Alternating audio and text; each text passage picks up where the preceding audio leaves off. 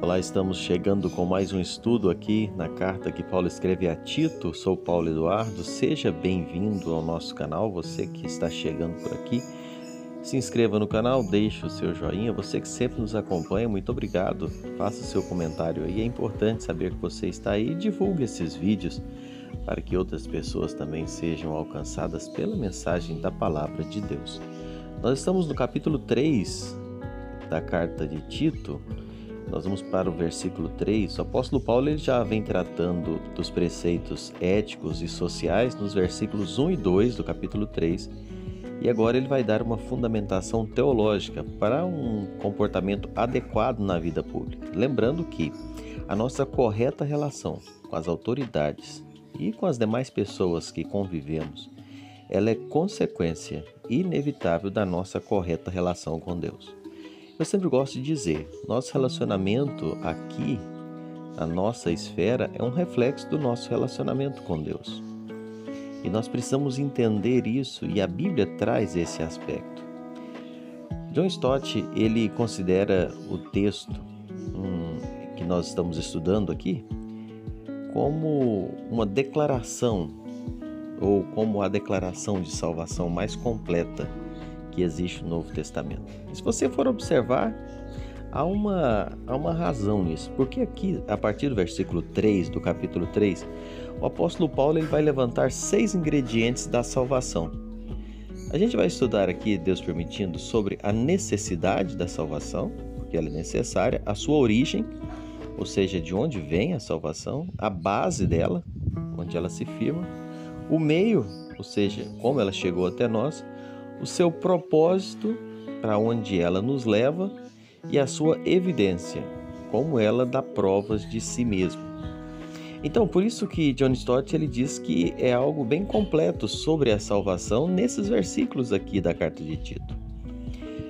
Observando, Paulo faz uma transição acerca do que nós devemos fazer para aquilo que nós devemos fazer para aquilo que Deus fez por nós. Ele fala de uma forma bem clara sobre os fundamentos da nossa salvação. O primeiro deles que nós falamos é sobre a necessidade da salvação. Verso 3 diz: pois nós também outrora éramos nécios, desobedientes, desgarrados, escravos de toda sorte de paixões e prazeres, vivendo em malícia, inveja, odiosos, odiando-nos uns aos outros. O pecado, ele atingiu todas as nossas áreas. O pecado, ele atingiu a nossa razão, a nossa emoção, a forma de agir. Enfim, nós estávamos perdidos e condenados. Os conversos ao cristianismo não eram melhores do que aqueles pagãos. A retidão cristã, entenda isso, não torna uma pessoa orgulhosa, mas agradecida. Quando nós falamos nesse aspecto da retidão, a pessoa que se converte a Cristo e ela muda a forma de viver, ela não deve ser orgulhosa por ser diferente. Não, ela precisa ser agradecida a Deus. Nós fomos salvos, nós somos encontrados por Ele. Nós não amávamos a Deus.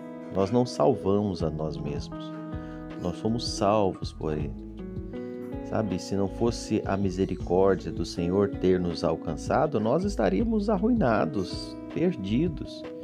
O Senhor nos alcançou com a sua graça, com a sua misericórdia. Nós éramos nécios, diz a palavra de Deus. Nossa mente estava corrompida pelo pecado, a estultícia, a insensatez. Era, na verdade, marca das nossas vidas. Os nossos conceitos estavam errados, nossos valores distorcidos, nossos desejos completamente, eu poderia dizer, corrompidos. Ser nécio, era essa a nossa descrição. Era assim que Paulo descreve aqui no versículo 3. Ele ainda diz desobedientes. O nosso coração tolo, o nosso coração rebelde, desobediente à autoridade divina. E eu estou falando isso porque é uma característica do ser humano, naturalmente. A nossa inclinação natural do homem é para o mal. É para o mal. Desobediência passa por todos os aspectos da vida do ser humano naturalmente. E você vê isso desde pequeno, uma criança, ela cresce, a tendência dela é ser desobediente. Paulo ainda diz que nós estávamos desgarrados, ou seja, nós não tínhamos prazer em Deus nem na palavra de Deus. Nós desviávamos, usando a expressão bíblica, como ovelhas errantes. Cada passo que nós dávamos era para nos afastar mais de Deus. E essa palavra sugere aos cretenses o objetivo inicial, o alvo inicial desta carta, é que eles tinham deixado o caminho certo, eles eram simplórios nas mãos daqueles falsos guias, falsos mestres. Paulo ainda diz que nós éramos escravos de toda sorte de paixões e prazeres. Quando eu leio isso aqui, eu fico pensando, escravo de paixão e prazer é como se a pessoa está naquela coleira do diabo no pescoço, sabe? Era vítima das forças malignas. Nós vivíamos assim, não podíamos nos controlar, vivíamos presos com as grossas cordas, sujeitos a toda sorte de desejos pervertidos, embriagados por todas as taças dos prazeres deste mundo. E Paulo diz, escravos de toda sorte de paixões e prazeres, e vivíamos em malícia e inveja. A nossa mente, naturalmente suja, cheia de maldade, cheia de cobiça, aquilo que não nos pertence, rendidos à inveja.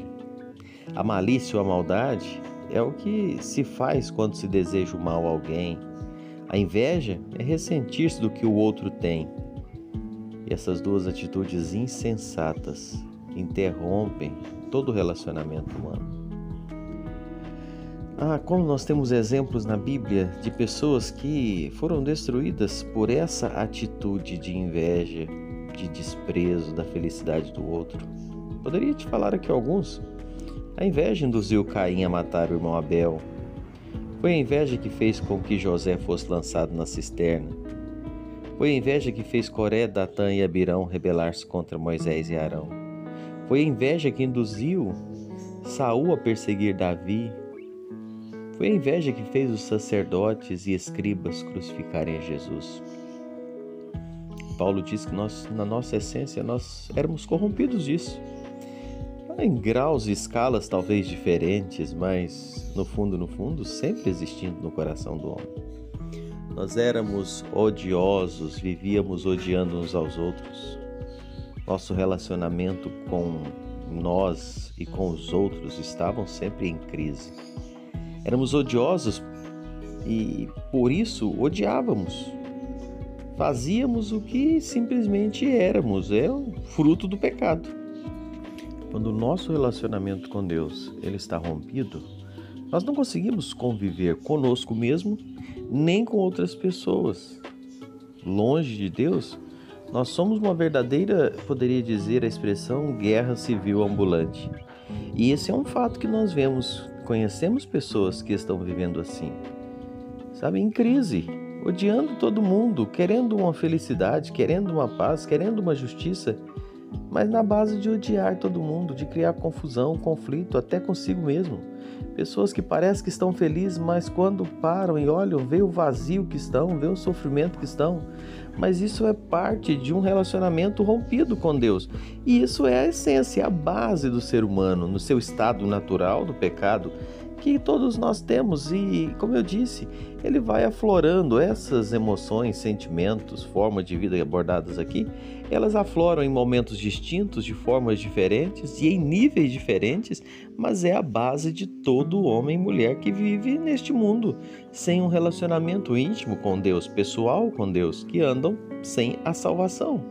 É esse o aspecto da salvação que nós abordamos aqui. Paulo coloca bem no início, descrevendo a nossa característica. Pessoas odiosas, pessoas cheias de malícia, de inveja, escravo das paixões, dos prazeres, sabe? Dessa forma nós vivíamos.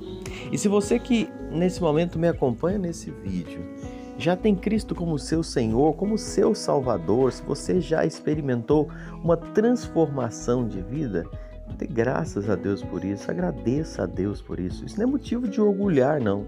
Isso não é motivo de você se envaidecer, não. mas é motivo de você se prostrar diante de Deus com seu coração agradecido pela transformação, pela mudança da sua vida, que foi alcançada somente em Cristo Jesus. Que Deus nos abençoe a vivermos essa nova vida para a glória dele.